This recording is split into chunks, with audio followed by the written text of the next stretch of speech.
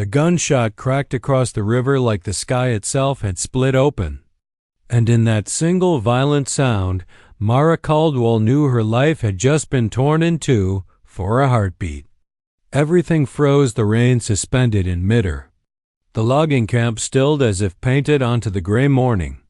Then the Skagit roared again, swollen and furious, hurling entire tree trunks downstream like children's toys. Men shouted. A horse screamed. Somewhere metal clanged against rock. Mara dropped the coil of rope from her bleeding hands and ran. Mud sucked at her boots as she sprinted along the riverbank, skirts heavy with rain, lungs burning. The air smelled of wet cedar, iron, and panic. She barely registered the men diving into the water, the splintering logs slamming together with the force of cannon fire. Then she saw it. Black felt hat spun once in the white water before disappearing beneath the churning surface. It had a silver band dented slightly on the left side, polished smooth by 1,000 nervous fingers. Her fingers. No, she whispered, and then louder, no. She skidded to the edge of the bank just as a massive log smashed against another, exploding into shards. Someone grabbed her arm to keep her from falling in. That's Eli's hat, she said hoarsely. Let me go. Mara, that's my brother. The man didn't answer. He didn't need to. The river decided everything. By dusk, the rain eased into a cold mist, and the camp fell silent in that hollow way that only follows disaster. Lanterns flickered under tarps. Wet wool steamed over makeshift fires. No one met Mara's eyes as she paced the bank. Her gaze locked on the water as if she could command it to give him back. Eli Caldwell had survived prairie fires, blizzards, stampedes, and a bout of cholera that took both their parents within the same week. He had crossed rivers worse than this, laughed while doing it. He was careful. He was strong. The Skagit did not care. They found him downstream, caught against the tangled roots of a fallen cedar. His eyes were open, staring past the rain, beard snarled with leaves and moss. A dark bruise bloomed at his temple, too round, too clean to be from rock alone. Mara knelt in the mud beside him, her hands trembling as she brushed water from his face. I'm here, she whispered.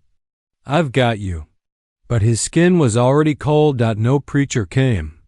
No hymns were sung. The men stood awkwardly as she closed his eyes and pulled his hat from the water, clutching it to her chest until the felt soaked through. That night, she sat alone beneath the cookhouse awning, knees drawn up, staring into the black ribbon of the river. The rain tapped steadily against the tin roof like counting fingers. Eli had been more than a brother. He had been her shield, her anchor. The only reason she'd believed the world could be survived if faced head-on. Now the world felt unmoored. You're Mara Caldwell. The voice came from behind her, calm and deliberate, cutting through the rain. She turned sharply. The man stood just beyond the lantern light, tall and broad-shouldered, wearing a long, weather-darkened coat. Rain slicked his dark hair back from a face marked not by cruelty but by restraint.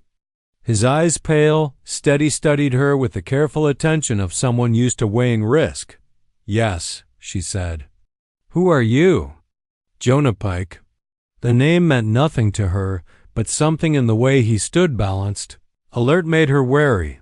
I'm sorry about your brother, he said. No flourish. No pity. Just the words, spoken like truth rather than comfort. Mara looked back toward the river. Everyone is. He didn't move. I need to speak with you, privately. Her grief flared into anger. Now is not. Your brother's death wasn't an accident. The words cut clean through her, sharper than any blade. She stood slowly, every muscle tight. You don't say something like that unless you're prepared to explain yourself. Jonah gestured toward the trees. Walk with me. They left the camp behind, stepping into the shadowed forest where the rain softened beneath towering cedars.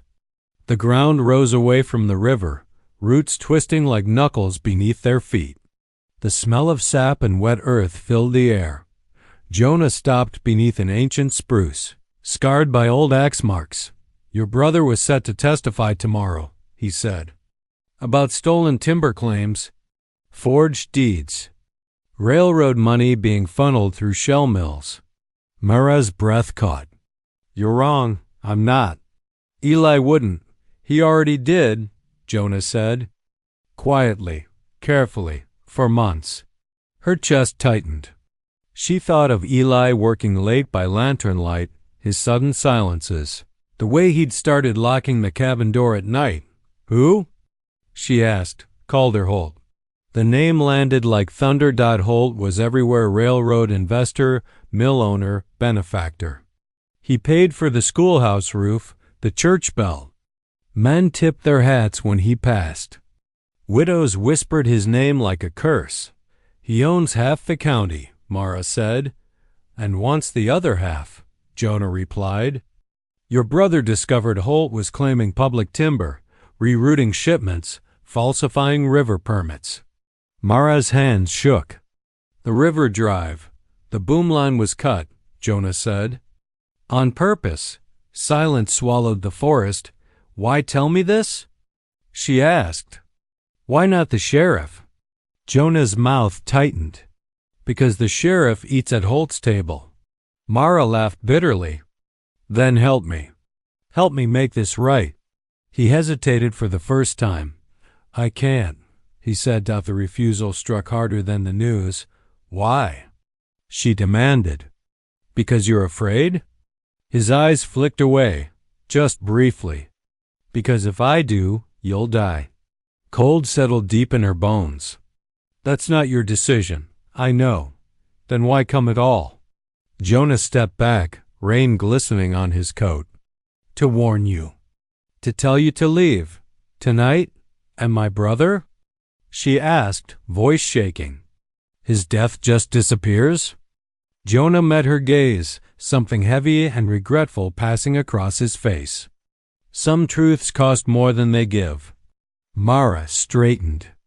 "Eli paid that cost. I won't let it be for nothing." For a moment, Jonah looked like he might say more. Then he shook his head. "Go south," he said. "Don't open his cabin. Don't ask questions. And if I don't, then Holt will come for you." Jonah Pike turned and disappeared into the trees, his footsteps swallowed by rain and shadow. Mara stood alone beneath the scarred spruce, her heart pounding. The river roared in the distance, relentless and indifferent. She returned to the cabin long after midnight. Inside, everything smelled of Eli wood smoke, leather, ink. She moved through the familiar space as if through a dream, until her foot caught on a loose floorboard. Near the hearth, she pried it up. Beneath it lay the truth: ledgers, letters, maps, marked with charcoal lines tracing the river's bends. Names she recognized and names she feared. Mara sank to the floor, clutching the papers to her chest as the weight of what Eli had done finally settled over her. Outside, the river kept moving, but this time it had not taken everything. And Mara Caldwell knew, with absolute certainty, that she would not run. Mara did not sleep. The river's voice followed her into the cabin, seeping through the chinks in the logs, threading itself into every thought. She sat at Eli's table until dawn, the lantern burning low, the oil hissing softly as if warning her not to trust the quiet. The papers lay spread before her like a wounded thing, ledgers smudged with rain, letters folded and refolded until the creases nearly tore through, maps scarred with charcoal lines tracing bends of water she knew as well as her own hands. Eli's hand was everywhere in them, his careful numbers, his blunt honesty in the margins. Holt rerouted again. False claim North Bank, Cedar Stand. "If I vanish, give this to Mara." Her throat tightened until it hurt to breathe. By morning, frost rimed the grass outside, the rain having turned sharp and clean in the night. Mara wrapped the papers in oilcloth and hid them beneath her coat. She washed her face in cold water, braided her hair tight, and put on Eli's old revolver not because she loved guns, but because the weight of it steadied her.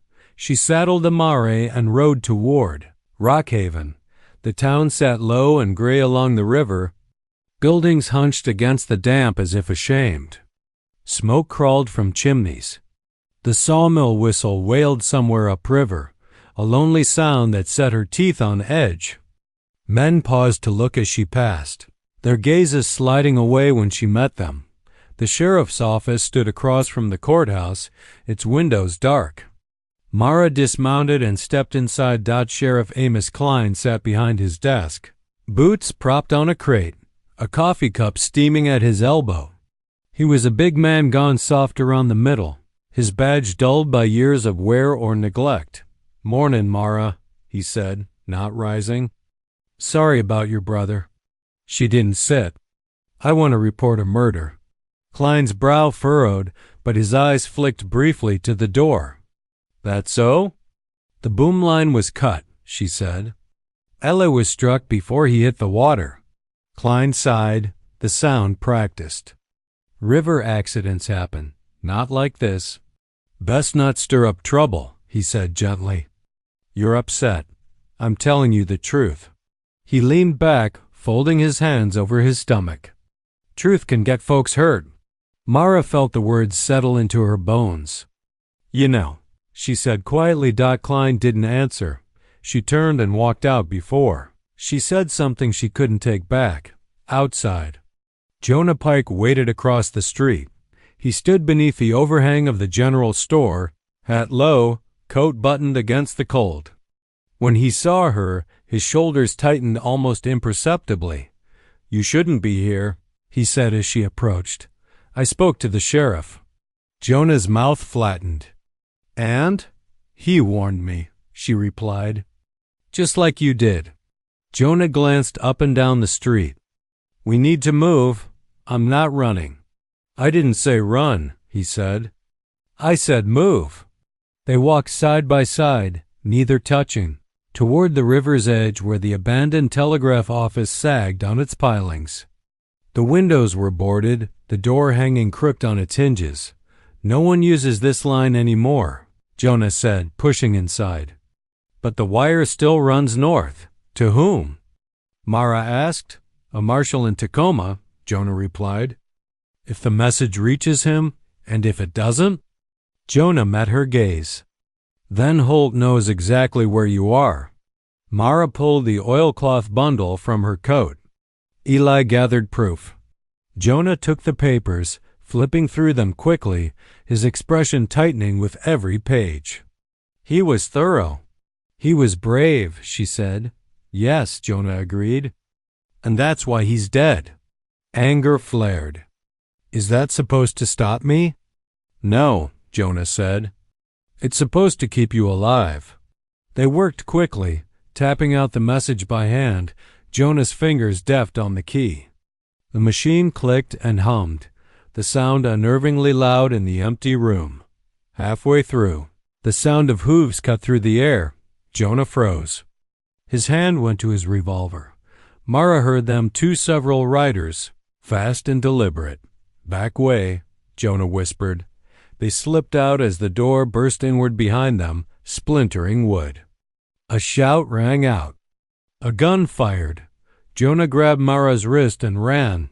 They tore down an alley slick with mud, bullets snapping past them, wood exploding inches from Mara's head. Jonah shoved her behind a stack of crates as he returned fire, the sharp crack of his revolver echoing between buildings. They ran again, breath burning, hearts pounding, until the town gave way to trees and the sound of pursuit blurred into the roar of the river. They didn't stop until the forest swallowed them. They crouched beneath a fallen redwood, its hollow trunk vast and dark. Jonah pressed a hand to Mara's mouth as footsteps passed nearby, voices low and angry. A man cursed Calderholt's name like a prayer. When the sounds faded, Mara shoved Jonah's hand away. "You said you couldn't help me," she hissed. "Yet here you are." Jonah dragged a hand through his wet hair. "I tried to stay out of it. Why?" she demanded. Because Holt pays you? Silence. Her chest tightened. You work for him. Jonah didn't deny it. I did. Did, she echoed. Meaning? Meaning I was hired to keep his business clean, Jonah said. To smooth things over. Make problems disappear. Mara's stomach turned. My brother was a problem. Jonah's voice dropped. No, he was a conscience. She stared at him, fury and grief tangling together. Then why didn't you stop it? I tried, Jonah said. I warned him. He wouldn't listen. Neither will I. Jonah studied her, rain dripping from his coat. You don't understand what Holt does to people who stand up to him. I understand exactly, she said. He kills them. Jonah flinched. They traveled north along the river, avoiding roads, moving through terrain that shifted from forest to ravine to boggy lowland where the earth sucked at their boots. At night, they made small fires hidden beneath rock overhangs. Eating cold bread and jerky, the silence between them heavy with unspoken things. Despite herself, Mara began to trust him.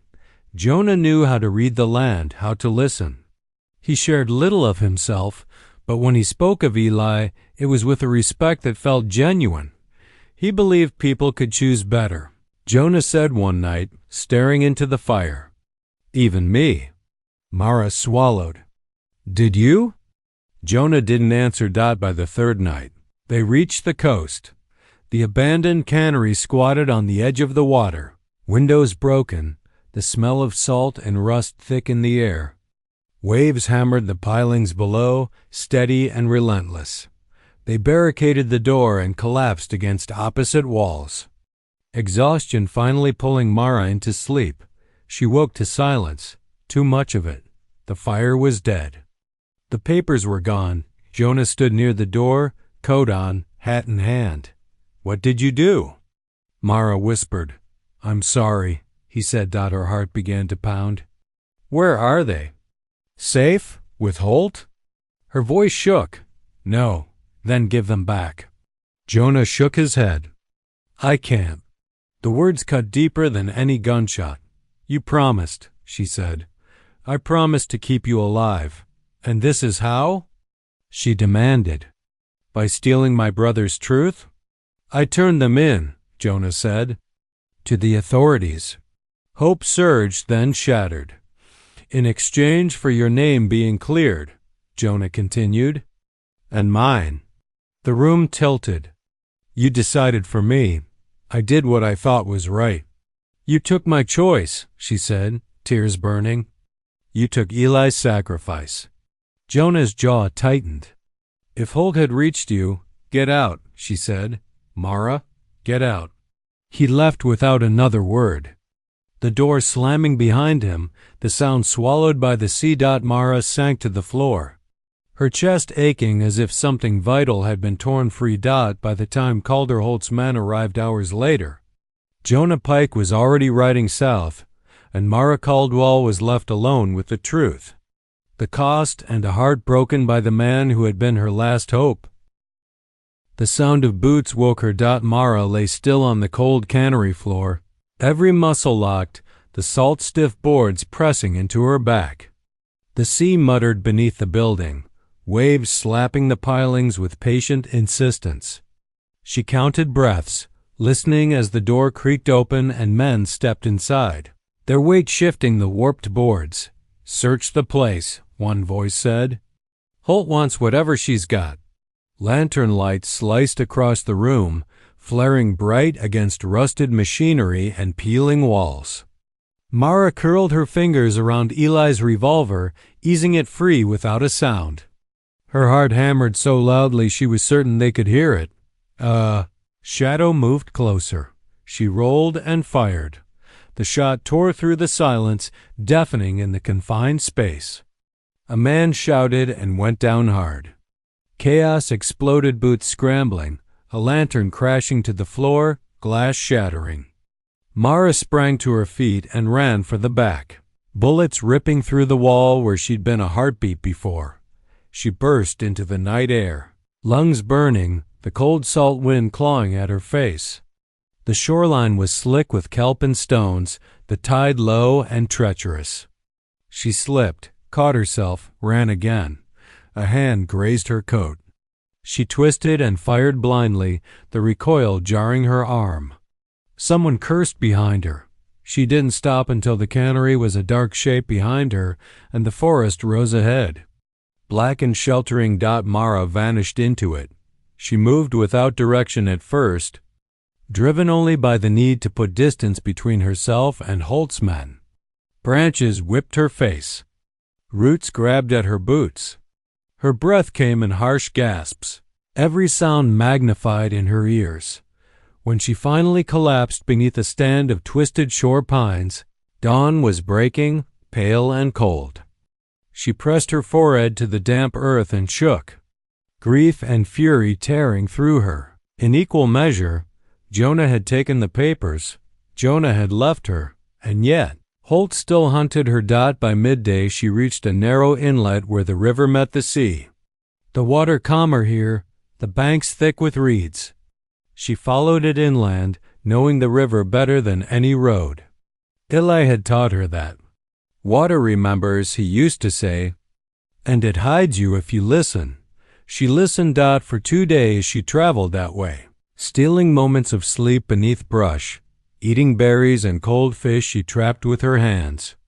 Each mile burned away the shock, leaving something harder in its place. Resolved. On the third morning, she saw smoke. Rock Haven. She circled wide, entering town from the north where the mill noise covered her steps.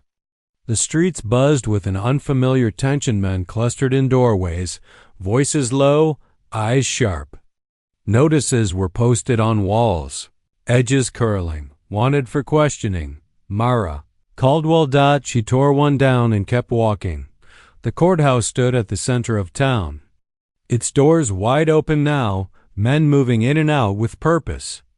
A marshal's badge flashed in the light. Her pulse kicked hard. Jonah. He single quotes D turned the papers in. That much was true, which meant Holt was exposed, but not yet finished. Mara slipped into the back of the sheriff's office as she had 100 times before, moving through the familiar space like a ghost. Sheriff Klein sat at his desk, his face gray, his hands shaking as he poured whiskey into his coffee. "You look like hell," she said. Klein jerked upright, hand flying to his gun. When he saw her, his shoulders sagged. "You shouldn't be here," he muttered. "No," she agreed. "Neither should you." He laughed weakly. "Marshall's tearing this place apart, asking questions I don't like." "You never did," Mara said. "Where's Holt?" Klein swallowed. "Held at the hotel, guarded. And Jonah?" The sheriff hesitated too long. "He's cooperating," Klein said finally. "Gave them everything." Mara closed her eyes. A sharp ache spread through her chest, but beneath it, something steadied. "Good," she said. Klein stared at her. "You don't understand. Holt's men are still out there. And when this falls apart, it won't," Mara said. "Because I'm going to testify." His eyes widened. "That's suicide." "So was what Eli did," she replied. "And you let him die." Klein's face crumpled. "I didn't have a choice." "You always had a choice," she said softly. "You just didn't like the cost." Footsteps sounded outside. Voices. The marshal. Mara stepped back. "You're going to do the right thing now, Sheriff." He laughed bitterly. "And why would I do that?" "Because if you don't," she said, "I'll tell them everything. Starting with how you looked the other way." She slipped out before he could answer. The courtroom overflowed that afternoon. Mara stood at the back, hood low, watching as Calder Holt was brought in under guard. His tailored coat rumpled, his expression carved from stone. He did not look at the crowd. He did not look at Jonah Pike, standing near the marshal's table, his face pale but resolute. He looked at Mara. Recognition flared and something colder. The marshal called for order. Jonah began to speak. He laid it all out. The forged deeds. The bribed officials. The cut boom line. His own role in keeping Holt's operation clean, and the moment he stopped. Mara watched him closely. His voice never wavered, but his hands were clenched white at his sides. When the marshal called for additional witnesses, Mara stepped forward. A murmur rippled through the room. Jonah turned, shock flashing across his face.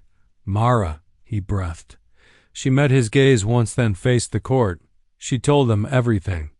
About Eli, about the river, about the papers Jonah had taken, and why Holt rose halfway from his seat, rage cracking his composure. "She's lying." The marshal slammed his hand down. "Sit down."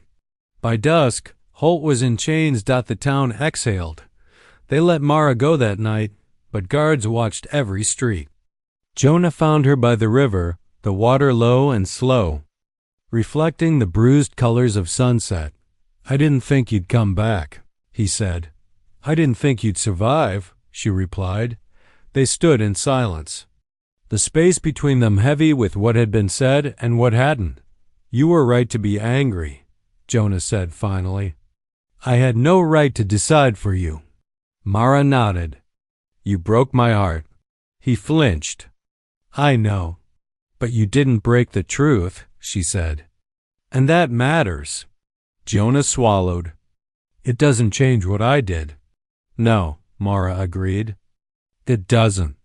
She turned away, leaving him standing there as the river carried Eli's name past them both toward a reckoning that was no longer far away. The river had gone quiet in the days after the testimony, as if it were holding its breath. Mara noticed it each morning when she walked its bank. Boots crunching over frost-hardened grass, the air sharp enough to sting her lungs. Winter was settling in, not all at once, but with intense shorter days, pale sunlight, the scent of snow carried on the wind. Rockhaven moved differently now. People spoke more openly. Doors stayed unlocked a little longer. Calder Holt's name, once spoken with caution or reverence, was now said like something rotten found under a floorboard. The trial resumed at dawn on the fifth day. Mara sat on a narrow bench near the front, hands folded tightly in her lap. She had already told her story, already watched Eli's careful work dismantle a man who had believed himself untouchable. Today was for closing arguments, for the verdict that would decide whether her brother's death meant something beyond her own grief. Calder. Holt looked smaller in the courtroom, though he still held himself straight, his silver hair neatly combed, his suit pressed. Only his eyes betrayed him, sharp, furious, calculating even now. Sheriff Klein sat behind him, no longer wearing his badge. He avoided Mara's gaze, his face pale, hands twisting together.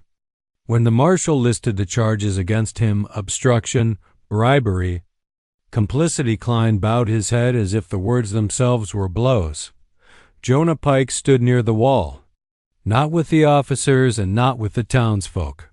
He belonged nowhere now, and it showed. He had testified again that morning, answering every question put to him without hesitation. Each admission had cost him something, but he did not flinch. Mara did not look at him. When the jury filed back in, the room stilled so completely that Mara could hear her own heartbeat. The foreman stood, unfolded the paper in his hands.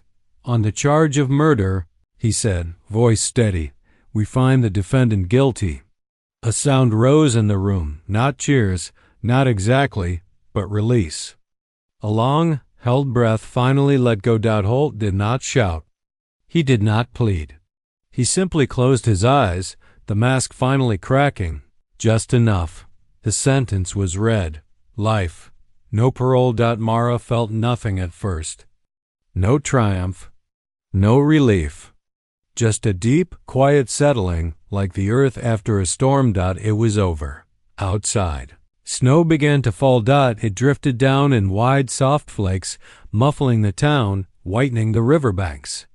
Mara stood on the courthouse steps, letting it gather on her coat, her hair, her lashes. For the first time since Eli's death, the air felt clean. Jonah approached slowly, stopping a few steps away. "I won't ask anything of you," he said. "I just wanted you to know I'm leaving town." Mara nodded. "That's probably wise. They won't forget what I was," he said, "even if they know what I became." She studied him then, really looked at him. The man who had chosen for her. The man who had also chosen truth when it would have been easier to disappear. "Where will you go?" she asked. "South," Jonah replied. "Maybe inland. Somewhere the river doesn't know my name." Mara almost smiled. "Eli would have liked that," she said. Jonah swallowed. "I wish I'd met him sooner." "So do I." They stood together as snow fell between them, filling the spaces where anger had once lived. "I don't forgive you," Mara said gently. "Not yet." "I don't expect you to," Jonah replied. "But I don't hate you either," she added. His breath caught. "That's more than I deserve." Mara turned away before he could say anything else. She left Rockhaven the next morning, not to run, and not to hide, but to return. Eli's cabin stood just as she had left it. Smoke-blackened stones at the hearth, the scent of cedar and old paper lingering in the air. She spent days there, mending what had been neglected, stacking firewood, patching the roof before the heavy snows came down at night. She read Eli's journals by lantern light. Not the ledgers, those were evidence, finished with, but the small, careful notes he'd kept for himself.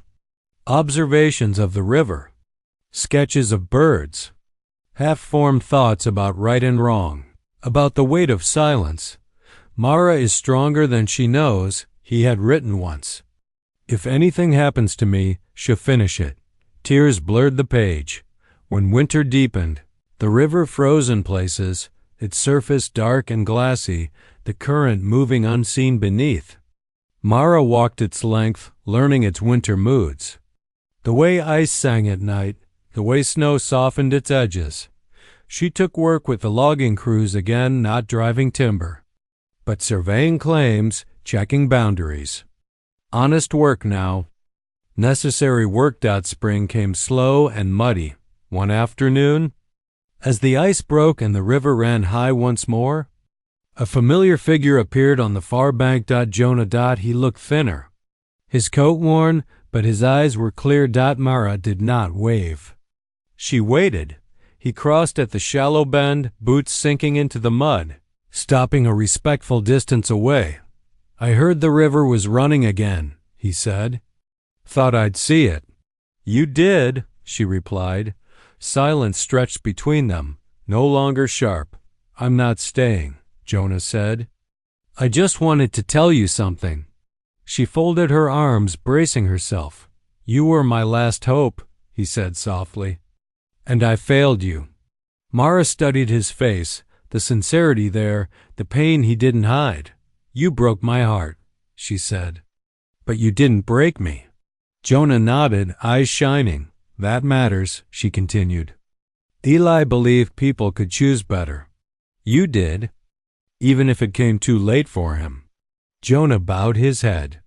"I'll carry that for the rest of my life." "Good," Mara said. "So will I." The river surged behind them, bright with spring melt. Alive and relentless. Jonah turned to go. "Jonah," Mara called. He looked back. "The river didn't take everything," she said. He smiled once small, grateful, and walked away. Mara watched until he disappeared into the trees. Then she turned back to the water, to the future Eli had died for, and stepped forward steady, unafraid into a life that was finally her own.